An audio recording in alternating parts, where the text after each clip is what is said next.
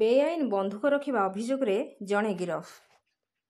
ବେଆଇନ ଭାବରେ ନିଜର ଘରେ ଏକ ବନ୍ଧୁକ ରଖିଥିବା ଅଭିଯୋଗରେ ଗଁଦିଆ ପୋଲିସ ଜଣଙ୍କୁ ଗିରଫ କରିଛି।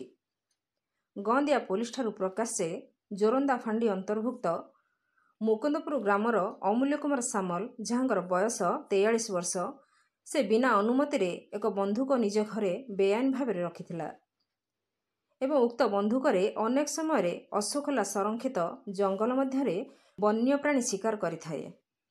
ଗତକାଲି ରାତିରେ ଖବର ପାଇ ଗଁଦିଆ ଥାନା ଅଧିକାରୀ ଶାନ୍ତନୁ କୁମାର ପ୍ରଧାନଙ୍କ ନେତୃତ୍ୱରେ ଏକ ଟିମ୍ ଅଭିଯୁକ୍ତର ଘର ଖାନ୍ତଲାସୀ କରିବା ସମୟରେ ତା ଘରୁ ଏକ ବନ୍ଧୁକ ଜବତ କରିବା ସହିତ ଶିକାର ସମୟରେ ବ୍ୟବହୃତ କିଛି ବିସ୍ଫୋରକ ସାମଗ୍ରୀକୁ ମଧ୍ୟ ଜବତ କରିଥିଲେ।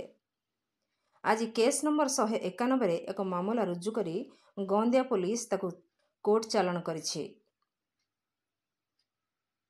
ଢେଙ୍କାନାଳରୁ ସୌମ୍ୟରଞ୍ଜନ ମହାନ୍ତିଙ୍କ ରିପୋର୍ଟ, ନାଗରାଜ ନ୍ୟୁଜ୍।